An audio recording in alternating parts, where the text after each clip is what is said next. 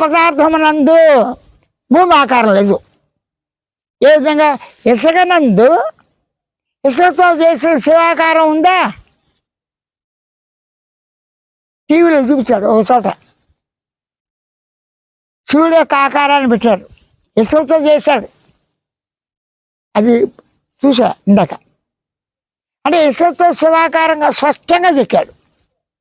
ఇసుక కణం ఉన్నంత ఆకారం ఉందా? ఆకారం వేసుకుందా?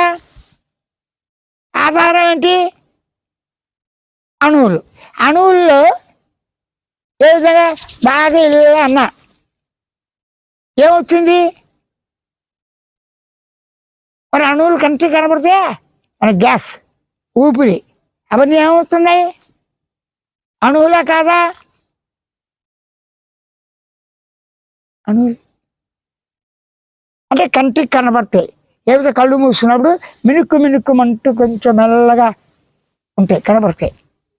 అది చూసుకోండి. లోపల గ్యాస్, అలజడి, ఆందోళన. ఆలోచన కూడా పదార్థమే. ఆలోచన కదలిక. ఆలోచన అనే శబ్దం, శబ్ద కదలిక, భావ కదలిక, గుర్తించుట. నేను ఉన్నాను. నేను శబ్దం, నేను శబ్దం, శబ్దం ధ్వని, ధ్వని కదలిక. కదులుతుందని నేను అనే పదము. ఆ పదంలో నేను ఎవరిని? నేను ఎక్కడి నుంచి వచ్చాను? నేను దేహాన? నిద్రాకాల మేలుకున్నా? దేవుడు ఉన్నాడా లేడా? ఇది అన్నీ వచ్చినాయి ప్రశ్నలు. మూలాలు ఎత్తికారు. ప్రస్తుతం డైరెక్ట్గా వచ్చేస్తాయి. ఇప్పుడు నేను కదలిక, నేనుకు మాత్రమే అనుభవం. నేను కదలిక, నేనుకు మాత్రమే అనుభవం. అనుభవం అంటే ఏమిటి? సహజంగా ఉన్నది, స్వతహాగా ఉన్నది, సొంతంగా ఉంది, సిద్ధంగా ఉంది. ప్రమాణాలతో పని లేదు, రుజువులతో పని లేదు. మనిషి తన శరీరాన్ని గుర్తించడానికి పుట్టుమచ్చలు కావాలా? కుంటాడైనా, గుడ్డివాడైనా, చెవిటివాడైనా, మాటలు వచ్చినా, మగవాడైనా, నత్తివాడైనా, కనుగుడ్డు పుట్టుకతో లేనివాడు కూడా తన శరీరాన్ని గుర్తించి గమనించి తెలుసుకుంటాడా లేదా? అంటే స్పృహ ఉంది, అవేర్నెస్ ఉంది. స్పృహ అన్నా, అవేర్నెస్ అన్నా, కాన్షియస్ అన్నా సామాన్య తెలివి, సామాన్య జ్ఞానం, సామాన్య జ్ఞాపకశక్తి, సామాన్యమైన భావం, ఆలోచించే లక్షణం, తలంచే లక్షణం, స్మరించే లక్షణం, మన్నం చేసే లక్షణం, గొనిగే లక్షణం, అర్చే లక్షణం ఉన్నది నేనికి. ఏంట్రా అతను అరుస్తాడు, కాస్త తగ్గించండి. కుక్క అరుస్తుంది, భవ్వం ఉంటుంది. ఆ భవ్వం అన్నప్పుడు ఏమైంది? అన్నప్పుడు పెద్దబడి అంటే శబ్దం బట్టి, సువాసన బట్టి, సంపంగి పూలు వాసన లాగానే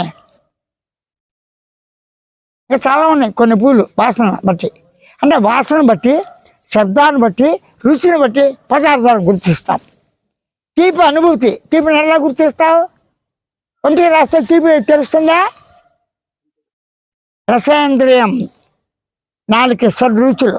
ఉప్పగా ఉంది, చప్పగా ఉంది, చేదుగా ఉంది, పొగగా ఉంది, కారంగా ఉంది, మంటగా ఉంది. టేస్టర్స్, షడ్రుచులు, 6 రకాల రుచులు.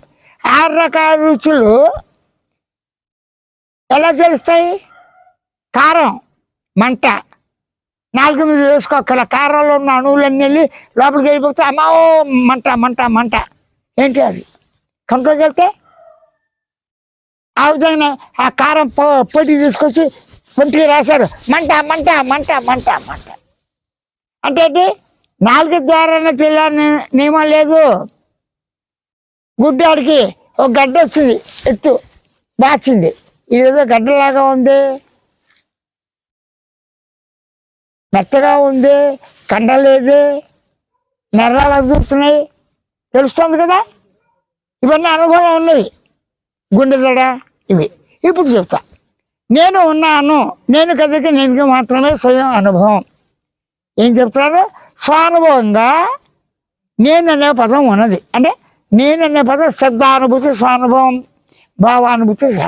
శబ్దం లేకుండా భావం లేదు, భావం లేకుండా శబ్దం లేదు. రెండూ తానే అపరిచ్ఛిన్నంగా, అవిభాజ్యంగా, ఇన్సపరబుల్గా, నాన్ సపరబుల్గా, అఖండంగా, నేను ఉన్నాను అంతే.